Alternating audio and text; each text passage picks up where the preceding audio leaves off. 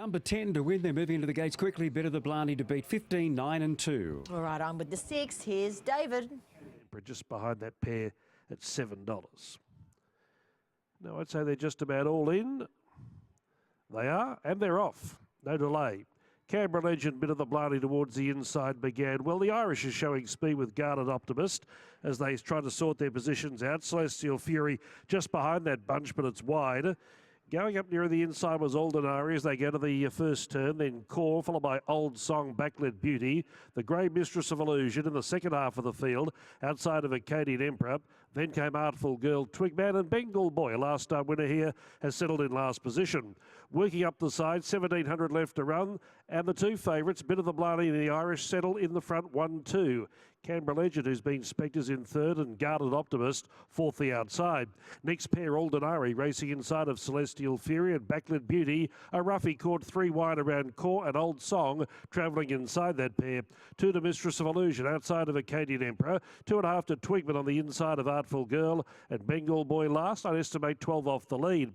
Along the back straight now towards the 1,200. If anything, this pair might be going a touch keenly in front and a fair way from home. Bit of the Blarney on the inside, being pressured to some degree by the Irish. There was about a long neck in it. Meanwhile, Canberra Legend just bowls along in third and Guarded Optimist in fourth. Next pair, Aldenari inside of Celestial Fury. There's a little change to the order in the mid stages. Backlit Beauty continues to travel on a 3-wide course around Core and Old Song. Then Mistress of Illusion, Acadian Emperor, Artful Girl, Twigman, and Bengal Boy is going to have to come from last if he's to win. Down the side, 700 left to run, and they're still 1-2 on the inside. Bit of the Blarney trying to lead all of the way, with the Irish sticking on gamely. Now Canberra Legend pushing out from behind that pair, moves up 3-1 in the approach to the turn. That put Guarded Optimist up 4 wide. Just behind them, Aldenari sneaking inside runs. Celestial Fury poised behind the leading bunch. Old Song was next, and then came Core, followed by at the head of the others, Backlit Beauty and Mistress of Illusion. Bit of the Blarney is gone. Put up the white flag. On the outside, Celestial Fury comes after the Irish. Aldenari up to third, Canberra Legend, and Guarded Optimist is whacking away, but now breaking clear. Celestial Fury over the last 100 metres, pulling away from its rivals. It's as day to day. Celestial Fury shoots to the line, beats home the Irish or Acadian Emperor, doing its best work late. Then Aldenari, Artful Girl passing a few, followed by Canberra Legend, Guarded Optimist. Then came Backlit Beauty, Old Song, Twigman, Mistress of Illusion. Well back was Bengal Boy. Bit of the Blarney, he didn't cop the pressure. He folded up and beat one to the line, which was Core.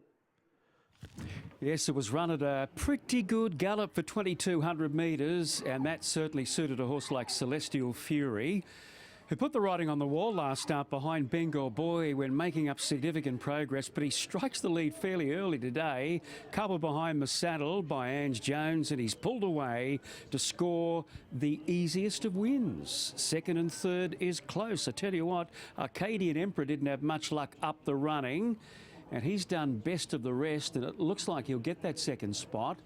We'll just wait to confirm that.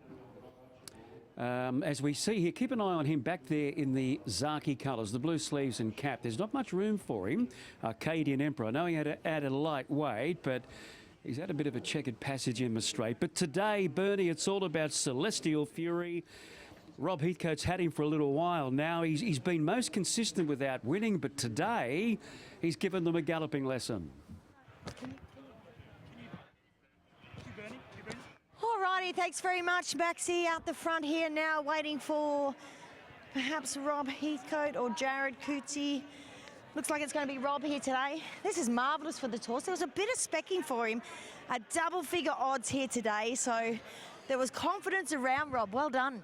There was a little, thanks, Bernie. Gee, that last run of his was pretty weird, wasn't it? He wouldn't travel for most of the race, and then he picked the bridle up at the 600 and ran a really good closing sectional. Because she can ride this Ange Jones, hey? I mean, she just put the horse in the perfect position, got it travelling, moved at the right time.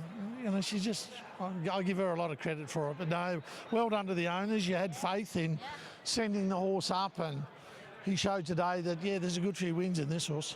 Yeah, and it's nice now that he ticks off this distance of 2,200. As you know, week in, week out, they can differ pretty much. And sometimes it's good to have a stayer ready to win at this time of year. Well, he came to us mid-prep, and it's always hard for any trainer to do that. And I said to the guys, let's pop him out. And he's come back and got the job done. So, yeah, no, and he's got pedigree to stay all day, so he'll go. All right, enjoy the win. Go on, you Burn. There is winning trainer Rob Heathcote doing a superb job with this fellow here, Celestial Fury, who was pretty good at Doomben 3 starts ago and then didn't really appreciate that heavy 8 at his next go. And then you heard from Rob what a lovely race he ran last start. And as I say, a little bit of confidence around for him, sort of 18s at one stage, into as low as I think 13s at one point. Let's have a chat with our Premier Jockey, Ange Jones. Just sort of rolls off the tongue now, doesn't it, Premier Jockey? Sounds good, I don't mind it. It does sound good, and what a ride that was. Thank you. No, I had the horse today, and it was a good run last start, but it was a little bit hidden because it didn't travel for some reason. Today, for whatever reason it didn't do that today, and it picked up the bridle nicely. And I never had that winning feeling on it, but when the run sort of came and we were able to keep our momentum, he was really nice and strong late. And it ended up a very convincing win. It did. I felt like we were going quite slowly across the line, but nothing was making ground on us. Well done. Thank you. All right, there she is, Ange Jones, at her brilliant best yet again here today. That's a double, nice and early, 12, 15, 9 and 8, 2, 18, 46. And there you go. She did say it felt like she was going slow. 36.59 at the end of that 2,206 metres. That's it for the third here at Eagle Farm. We're off to a break.